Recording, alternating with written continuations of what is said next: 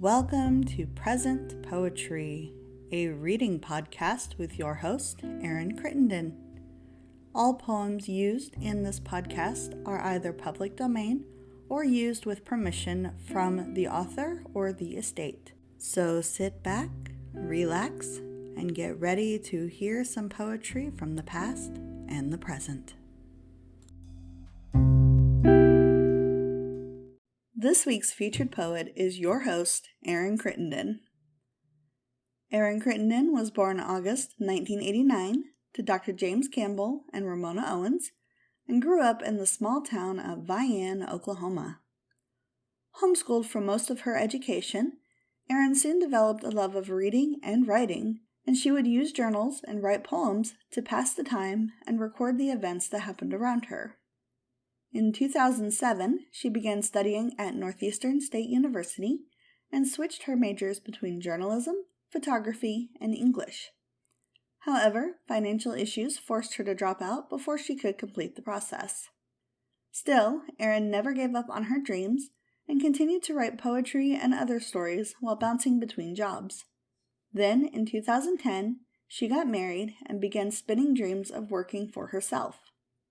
She achieved momentary success with a photography business, but quit that endeavor to open a local bookstore. It only lasted a year, but in that time, Erin made herself known to the writing community by blogging, writing book reviews, and taking on freelance editing and copywriting jobs for independent authors. Unfortunately, her life changed in 2016 when she was diagnosed with stage 3 colon cancer. That forced her to endure a year of chemotherapy treatments, and while she is now cancer-free, the events of that year play a heavy role in her newer writings.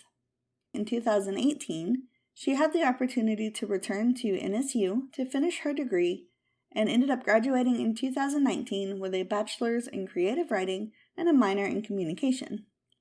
Now she's enjoying life by working part-time as a copywriter, writing articles and poems for her website, working on publishing a few more books, and being the mother to an incredible little girl. We will be reading poems from By the Bones, which began as the capstone for her degree and evolved into the poetry collection that we see today.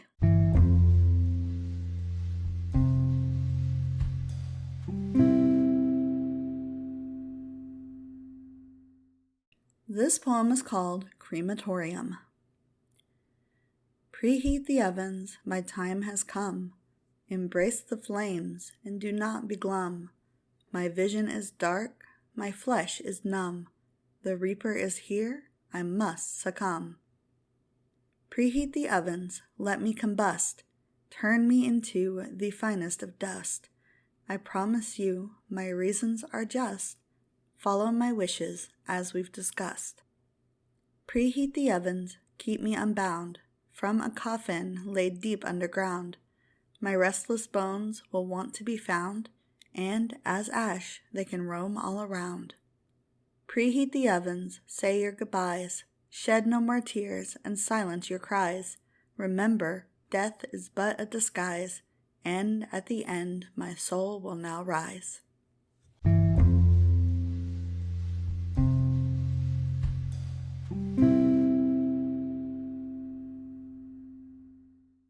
This poem is titled Trepanation. Now it's time for us to cull the spirits that are in your skull. Sit down here, don't mind the straps. We wouldn't want you to collapse. My aide will now shave your head while I get ready to embed this machine into your bone so we can drill once we're alone. There will be blood, have no doubt. We must drain the ailments out. There may also be some pain, 'cause we're drilling to your brain. The time has come, let us begin. Feel the drill begin to spin.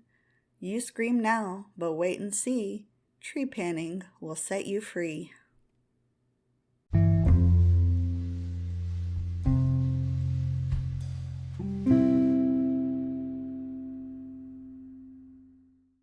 This poem is called The Necromancer. The graveyard was nice and serene until somebody caused a scene and woke these old bones from beneath their headstones for the purpose of recycling.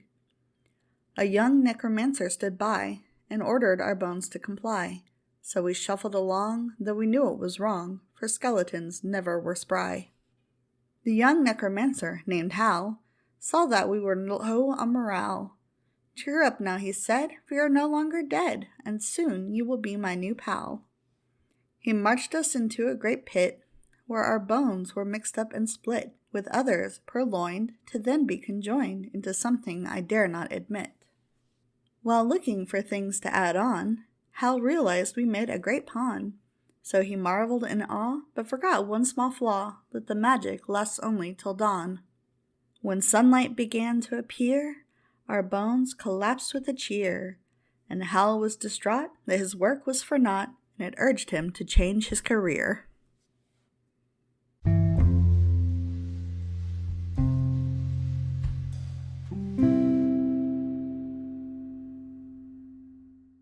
This poem is titled A Melancholy Occurrence, based on a true story. A baron in Germany married off quite happily, made a wedding night decree that would make his guests agree. A quick game of hide and seek would conclude the wedding week. The guests' interests were all piqued at the prospect of mystique.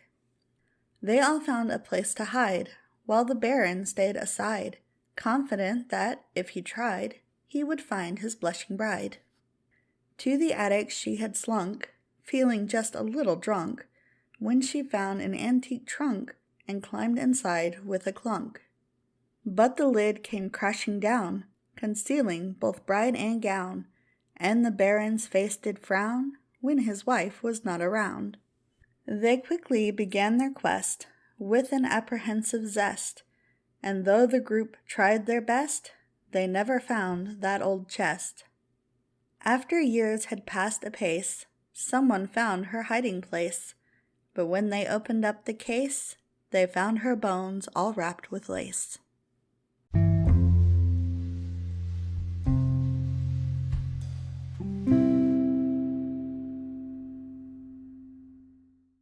This poem is titled By the Bones. By the bones of our fathers we learn. By the bones of our mothers we yearn. By the bones of our children we grieve. By the bones of our elders we weave. By the bones of our past we break. By the bones of our future we take. By the bones of our flesh we live. By the bones of our soul we give. Thank you for listening to this episode of Present Poetry.